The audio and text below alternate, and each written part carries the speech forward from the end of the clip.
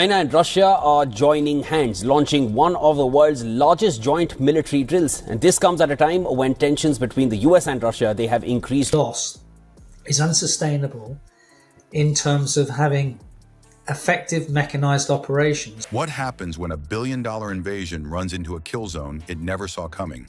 In Ukraine's central corridor, Russian T-14 Armatas and Chinese naval infantry were convinced the way ahead was clear. Within minutes, the terrain itself betrayed them. They weren't rolling into open farmland. They were driving headfirst into a choreographed ambush. The weapon that shifted the fight wasn't a massive tank or a warship, but something smaller, cheaper, and far more surprising. So what exactly turned overwhelming firepower into a catastrophic retreat? That has now become a thing of the past, and this war is now in a very different and a very difficult sort of a terrain. Before we move on, please take a moment to subscribe to the channel and like the video. Why would Ukraine deliberately shut off every radar screen at the exact moment when 150 armored vehicles crossed the frontier?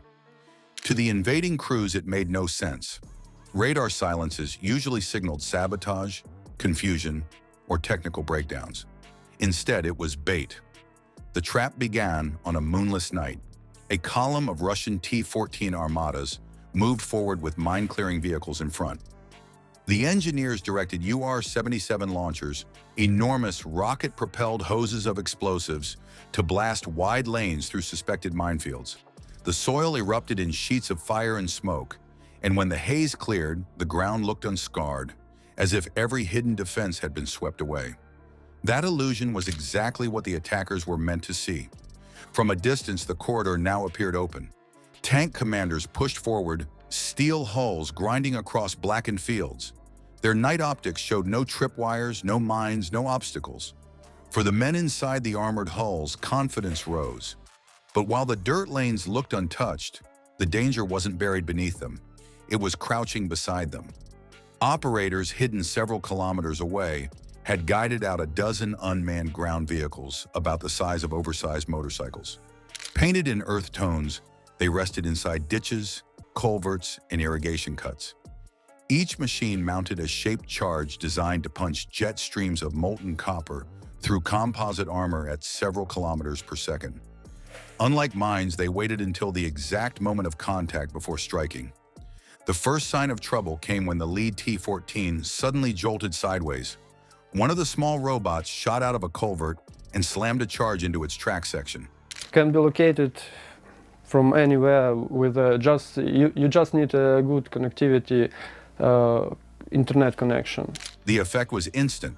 The 55-ton machine screeched, its right tread torn loose, held motionless in the center of the road. Fire filled the turret as the shaped jet punctured side skirts, scattering molten fragments inside. The following tanks braked hard but found themselves trapped behind. As crews tried to maneuver around the crippled lead, the second row was exposed.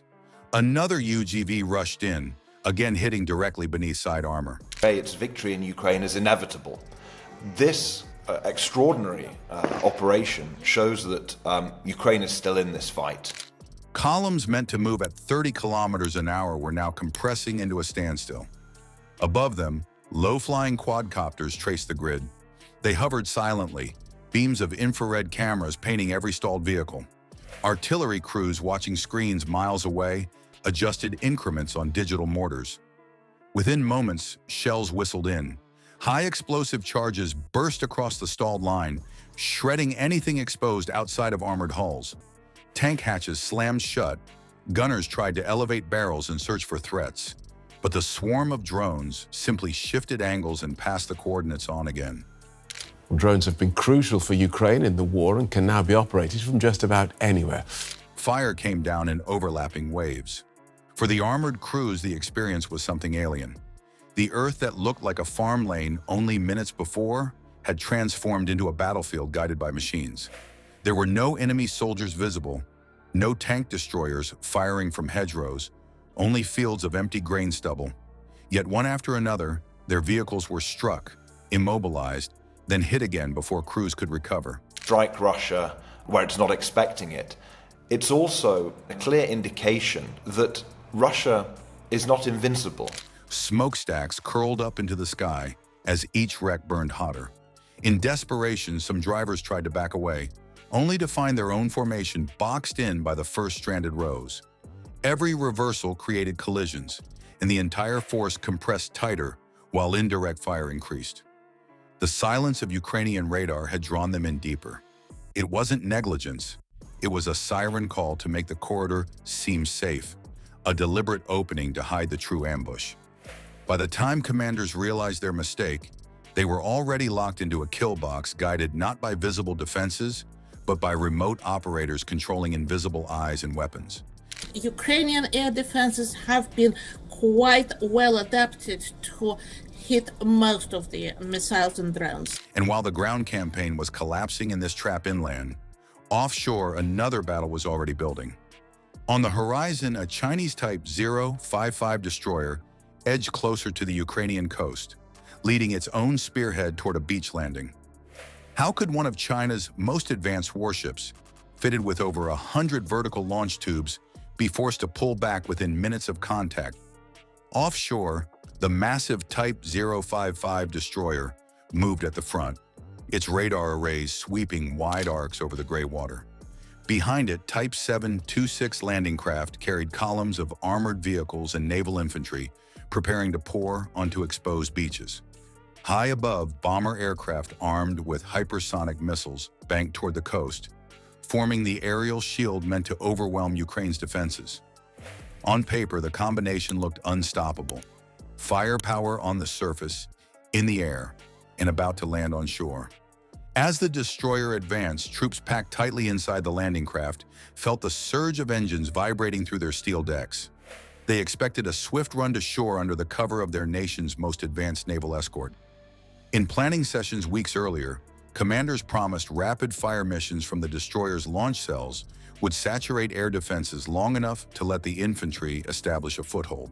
Around because mistakes, misunderstandings, and miscalculations can sometimes turn a Cold War into a hot war. Timing structured everything. Within minutes of the opening missile salvos, armor would hit sand, roll forward, and link with spearhead units already pressing inland. But timing unraveled the moment the formation neared striking distance. Loitering munitions hidden along the shoreline rose suddenly, diving toward pre-marked impact zones near the waterline. Their small size made them difficult to catch until the final moments, and defenders had choreographed volleys to arrive in waves.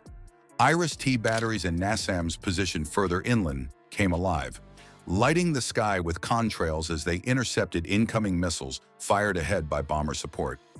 The air, which planners thought would be cleared in seconds, turned hostile. Every second warhead that failed to reach its target detonated prematurely under intense tracking fire. The sudden crescendo forced the Type 055 backward, its combat systems firing more interceptors than scheduled, chewing through stockpiles just to preserve its own hull. Even before the destroyer stabilized its defensive rhythm, the first Neptune R missiles screamed toward the amphibious transports. One slammed directly into the deck of a Type 726, igniting stored fuel and secondary munitions. The explosion tore across the vessel, opening sections that vented flames into the sea. Survivors jumped overboard as operators signaled mayday calls into channels already saturated with confusion. Incoming bombers, watching tracking radars fill with hostile interceptors, broke formations and turned wide arcs back toward safety. What was built as a three-pronged assault fractured into detached, unsupported groups. Loss is unsustainable in terms of having effective mechanized operations. Naval infantry, still strapped to benches inside landing craft, now realized they were advancing without promised cover. Desperate maneuvers began, but the kill zone offshore mirrored the ambush inland. Hidden further inside Ukraine, Bodana self-propelled artillery moved up from prepared revetments. GPS-guided shells rained down onto landing zones in near real time. Amphibious vehicles that tried to push ashore were struck even before ramps dropped. Explosions shredded command trucks meant to coordinate beachheads, scattering crews and cutting radios mid-transmission. Each burning vehicle trapped the next, replicating the bottleneck armor units had experienced hours earlier. By sunrise, the objective had vanished. The question was no longer whether Ukraine had survived the assault, but how it managed to turn wave after wave of overwhelming hardware into a rout that left two major powers stunned on both land and sea. China and Russia are joining hands, launching one of the world's largest joint military drills. And this comes at a time when tensions between the US and Russia, they have increased. Ukraine's defense proved that layered deception and precision fire can dismantle modern armies faster than brute strength ever could. Billions invested in tanks, ships, and aircraft unraveled in a matter of hours once radar silence, unmanned systems, and well-timed strikes redirected the fight. It is very obvious. What is different about this attack in a way that, well, Ukraine has launched massive attacks on Russia. The lesson was clear. Wars are not determined by who fields the largest machines, but which side synchronizes sensors, weapons, and timing into a single rhythm. Smaller nations watching this outcome see a path forward. Think about how coordination reshapes power, and stay with us as we break down the next phase in hybrid warfare's evolution.